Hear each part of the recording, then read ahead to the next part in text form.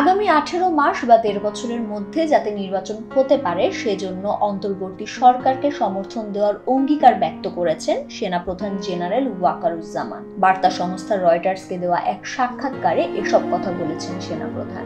Reuters লিখেছে, আগস্টের শুরুর দিকে জেনারেল ওয়াকারুজ্জামান এবং তার বাহিনী ছাত্রদের নেতৃত্বে প্রতিবাদ বিক্ষোভের মধ্যে শেখ হাসিনার পাশ থেকে সরে দাঁড়ান। এতে 15 বছর ক্ষমতায় থাকার পর বর্ষিয়ান এই রাজনীতিকের পরিণতি নির্ধারণ হয়ে যায়।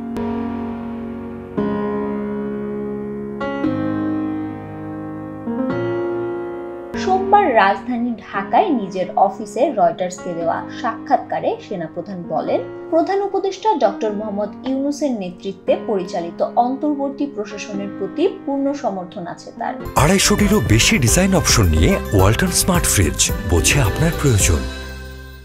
একই সঙ্গে সামরিক বাহিনীকে রাজনৈতিক প্রভাব মুক্ত করার রূপরেখার উপর গুরুত্ব দেন তিনি।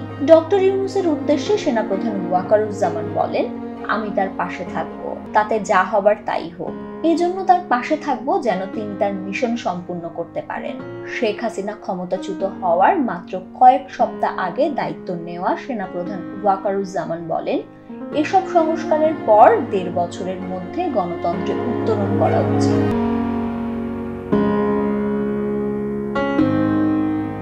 এক্ষেত্রে তিনি ধৈর্য ধরার উপর গুরুত্ব দেন। তিনি বলেন, যদি আপনি আমাকে প্রশ্ন করেন তাহলে বলবো ওটাই টাইম ফ্রেম হতে পারে, যে সময়ের মধ্যে গণতান্ত্রিক প্রক্রিয়ায় প্রবেশ করা উচিত আমাদের। প্রতি সপ্তাহেই প্রধান উপদেষ্টা ডক্টর ইউনূস এবং সেনাপ্রধান ওয়াকারুজ্জামানের মধ্যে সাক্ষাৎ হচ্ছে। তাদের মধ্যে খুব ভালো সম্পর্ক আছে। সেনাপ্রধান বলেন, টালমাটাল অবস্থার পর দেশে স্থিতিশীলতা আনার জন্য সরকারের প্রচেষ্টায় সমর্থন আছে সেনাবাহিনীর। আমি নিশ্চিত যদি আমরা একই সঙ্গে কাজ করি তাহলে আমাদের ব্যর্থ হওয়ার কোনো কারণ নেই।